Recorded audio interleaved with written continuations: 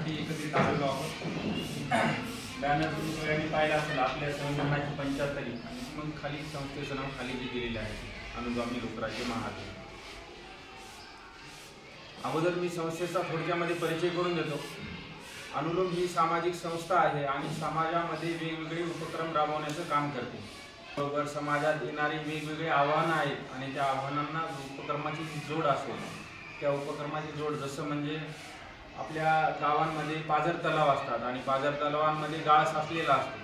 मग गाळमुक्त धरण आणि गाळयुक्त शिवार अशी जी सरकारची योजना आहे त्याच्यामध्ये अनुलोमनं मोठ्या प्रमाणात काम केलं। आता मागच्या काळामध्ये महाकुंभ झालेला आहे प्रयागला आणि त्या प्रयागच्या महाकुंभाचं तीर्थदर्शन सोहळे ज्या ठिकाणाहून लोक समाजातील जाऊ शकले नाही कुंभाला, ज्यांच्या मनामध्ये खंत होती, अशा समाजाच्या अशा वस्त्यांमध्ये आपण जाऊन ते कार्यक्रम केले। शाळांमध्ये आपण मागच्या काळामध्ये गुरुपौर्णिमेच्या वेळेला गुरुगौरवाचे कार्यक्रम केले। हे प्रायोगिक तत्वावर जरी कार्यक्रम मी सांगितले असले तरी असे वेगवेगळे उपक्रम जे समाजाच्या हिताचे आहेत, विद्यार्थ्यांच्या हिताचे आहेत आणि देशाच्या राष्ट्रहिताचे आहेत, असे उपक्रम आपण अनुलोम म्हणून साजरे करतो। एकच मुख्य भाव आहे की समाजामध्ये जी निगेटिव्हिटी पसरलेली आहे काही कारणास्तव, ते निगेटिव्हिटी बाजूला करून सकारात्मकता आपल्याला समाजात कशी पसरवता येईल, कशी आणता येईल याचा विचार आपण करून असे उपक्रम करत आहोत। मग त्याच धर्तीवर आपल्या संविधानाची 75वी हा कार्यक्रम आपण सुरू केलेला आहे। 75वी म्हणजे काय, तर आमचं संविधान जे आम्ही स्वीकारलेलं आहे त्याला आता 75 वर्ष पूर्ण झालेली आहेत। 26 नोव्हेंबरला पूर्ण लिहून पूर्ण झालेलं होतं 1949 रोजी आणि मग आज त्या संविधानाला 75 वर्ष पूर्ण झाली। म्हणून आपण आपलं संविधान जे आहे ते जाणून घेण्याचा प्रयत्न केला पाहिजे। नागरिक शास्त्रामध्ये आपल्या सगळ्यांना संविधानाचे काही मुद्दे आहेतच, आपण संविधानाची उद्देशिका रोज शाळेमध्ये म्हणतोच, पण त्याचबरोबर या संविधान निर्मात्यांनी संविधान निर्माण करताना पूजनीय डॉक्टर बाबासाहेब आंबेडकर असतील आणि त्यांचे सहकारी असतील, यांनी काय काय प्रयत्न केले, कसे प्रयत्न केले, मग ते संविधान आलं कसं, आपण घेतलं कसं, या सगळ्या गोष्टी आपण जाणून घेतल्या पाहिजे। त्या निमित्ताने मग या संविधान सभेमध्ये 389 सदस्य होते आणि आपल्या देशाची फाळणी झाल्यानंतर म्हणजे भारत आणि पाकिस्तान वेगळा झाल्यानंतर आपल्या संविधान सभेमध्ये 299 सदस्य राहिले। आणि ते सदस्य कोण होते, तर पूजनीय डॉक्टर बाबासाहेब आंबेडकर असतील, भीमराव असतील, यांच्यासारखे दोन विचारवंत ज्यांनी आपल्या आयुष्यामध्ये शिक्षणाचा उच्चांक गाठलेला आहे, खूप मोठं शिक्षण घेतलेलं आहे, आपलं आयुष्य त्याच्यासाठी खर्च केलेलं आहे अवघड परिस्थितीमध्ये, असं आपलं बुद्ध्यांक असलेले असे मोठे व्यक्तिमत्व जे आहे असे सगळे 299 सदस्य होते आणि त्यांनी त्यांच्या संपूर्ण जीवनाचा सार जे ओतलेला आहे ते या संविधानामध्ये होते। ते कॉपी पेस्ट करण्यामध्ये त्यांनी या देशाची संस्कृती पाहिली, त्यांनी हा देश पाहिला, वेगवेगळ्या राज्य आहेत, वेगवेगळ्या भाषा आहेत, वेगवेगळे भौगोलिक भाग आहेत आणि असे वेगवेगळे भौगोलिक भाग, वेगवेगळ्या भाषा, वेगवेगळ्या भाषा असलेला एकमेव देश म्हणजे काय, तो भारत आहे। अन्य देशाची संस्कृती काय, तर सारखी जवळपास असल्यासारखी आहे, सारखाच भौगोलिक भाग असल्यासारखा आहे, पण भारताचं तसं नाही, सारखीच खानपान आहे अन्य देशांनी, पण भारताचं तसं नाही। प्रत्येक आपण जिल्हा 2-4 जिल्हे, आपण मराठवाडा सोडला की विदर्भात वेगळी बोली भाषा आहे, वेगळी खानपान आहे, मग असं सगळं विविधतेने नटलेला जे देश आहे ते एक ठेवण्यासाठी जे संविधान बनवलेलं आहे ते इथल्या संस्कृतीचा विचार करून त्यांनी बनवलेलं आहे।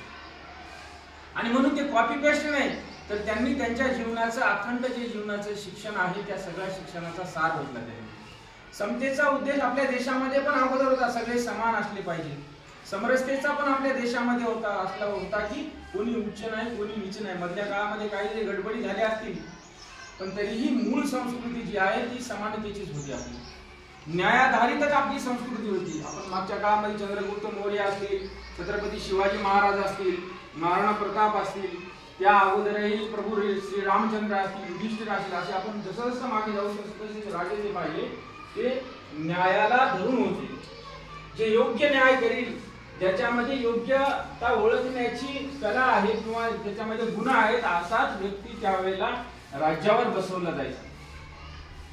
मग हीच संस्कृती आपल्या संविधानामध्ये, तर संविधानाने आम्हाला काय काय दिले, तर आम्हाला तसेच मौलिक अधिकार जे पूर्वीच्या काळामध्ये होते ते पुन्हा आणले आणि आमचं संरक्षण केले।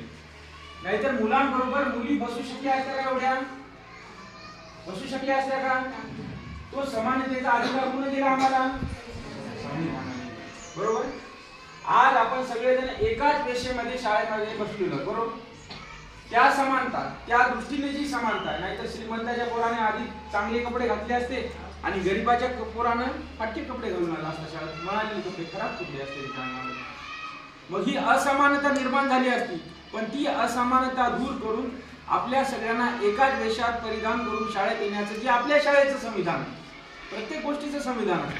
आपल्या शाळेच्या गेटमध्ये आल्यानंतर काही नियम लागू केलेले आहेत. ते नियम म्हणजे आपल्या शाळेचं संविधान आपल्या मुख्याध्यापकांनी बनवलेलं असतं. मग वेळेवर आलं पाहिजे. त्या कुणासाठी आहेत? तर आपल्या विकासासाठी आहेत, आपल्या देशाच्या विकासासाठी आहेत तात्पर्याने. आणि म्हणून आपल्या कुटुंबाचंही असं एखादं संविधान असतं की कुटुंबामध्ये अमुक अमुक नियम ठरलेले असतात की आजी आजोबांनी सांगितलेल्या गोष्टी पालन करायच्या. जरी त्यांनी काही काम नाही केलं तरी आपल्या मनात प्रश्न पडेल की आपण एवढं काम करतो, आई एवढं काम करते, वडील एवढं काम करतात, पण अधिकार तर आजी आणि आजोबांचा चालतो घरामध्ये. का बरं चालतो? तर ते आपल्या घरातलं, आपल्या कुटुंब प्रमुखांनी ठरवून दिलेलं संविधान आहे. तसं पूजनीय डॉक्टर बाबासाहेब आंबेडकर असतील आणि त्यांच्याबरोबर जी संविधान सभेची टीम असेल, यांनी जे संविधान बनवलेलं आहे तसं सगळ्या कुटुंबाच्या हिताचं बनवलेलं. म्हणजे कोणत्या या भारत देशात राहणाऱ्या सगळ्या नागरिकांच्या हितासाठी जे आवश्यक असेल ते सगळं बनवलं. आणि म्हणून हे संविधान त्यांनी निर्माण करते वेळेस आपल्या सगळ्या संस्कृतीचा विचार केला, याचा अभ्यास आपण केला पाहिजे. आता तो जो काळ होता 150 वर्ष गुलामीचा आणि त्याच्या अगोदरही मोगलांच्या गुलामीचा, त्या सतत 200-500 वर्षामध्ये भारतातले नागरिक संघर्ष करत गेले. आणि संघर्ष करत असताना आता तुम्ही सगळेजण शाळेमध्ये दिवसभर खूप अभ्यास केला, खूप खेळले आणि होमवर्क पण शाळेमध्ये केला आणि घरी गेले. घरी गेल्याबरोबर मुलींना आईनं आल्याबरोबर भांडे घासायचं काम दिलं एक पातेलभर, आणि मुलांना वडिलांनी 4 कामं बाहेरची लावली. तर काय नसत तुम्ही? अरे बाप, एवढं शाळेत असतं आणि आल्याबरोबर हे काम मी करणार नाही. बहुतेक असे जण असतील की दरवाजामधूनच बॅग मध्ये फेकायची आणि आपल्या आपल्या कामाला लागायचे. म्हणजे आपली वृत्ती काय? तर आता मला आराम करायचा, आता मला जे माझे अधिकार आहेत, म्हणजे मला पाणी, जेवण, माझे कपडे असे सगळे हातामध्ये मिळाले पाहिजे. ही भावना सहजिक माणसाची होत असते आणि तीच भावना आपल्या देशातल्या नागरिकांची त्यावेळेला झाली होती. तो विचारही डॉक्टर बाबासाहेब आंबेडकर आणि संविधान निर्माण त्यांनी केला. काय केला? की आता सगळेजण संघर्ष करून थकलेत आणि म्हणून सगळ्यांना जे हक्क आहेत ते सुरुवातीला आपल्या संविधानामध्ये दिले की नाही? सगळ्यात अगोदर काय दिले आपल्याला? आपले हक्क दिले आणि त्याच्यानंतर आपल्याला कर्तव्य सांगितले. मग आपण त्या हक्कामध्येच अडकून पडलो का कर्तव्याच्या पायरीवर, कर्तव्याच्या पथावर एक पाऊल पुढे गेलो? याचा विचार आता असलेले आम्ही करायचा आहे आणि पुढे जे भारताचे भविष्याचे नागरिक आहात आपण, तो तुम्ही पण करायचा. मग आम्हाला स्वातंत्र्याचा अधिकार आहे म्हणजे मी काही मुक्तपणे केलं पाहिजे असं आहे का? तो आहे का? आपले धार्मिक स्वातंत्र्य, आपापल्या धर्मानुसार वागण्याचा अधिकार आहे, असे जे अधिकार आहेत त्याच्यामध्ये आपण सगळेजण गुरफटलो का याचा विचार करायचा. आणि मग कर्तव्य काय आहे? तर येथील सार्वजनिक संपत्तीचं संरक्षण करणं हे कोणाचं कर्तव्य आहे? नागरिक म्हणून आपलं सगळ्यांचं कर्तव्य आहे. मग शाळेतला एखादा असा बेंच आहे, त्याचा कोपरा तुटला की दुसरा जर कमजोर असेल त्याचा पुढचा भाग, तर तो तोडतो आपण का तुटलेल्या कोपऱ्यात काय जोडण्याचा प्रयत्न करतो? जोडण्याचा प्रयत्न करता सगळेजण बसलेले. जर जोडण्याचा प्रयत्न करत असाल तर तुम्ही खूपच चांगले काम करतात आणि तुमच्या शाळेमधले जे नियम आहेत ते खूपच चांगले.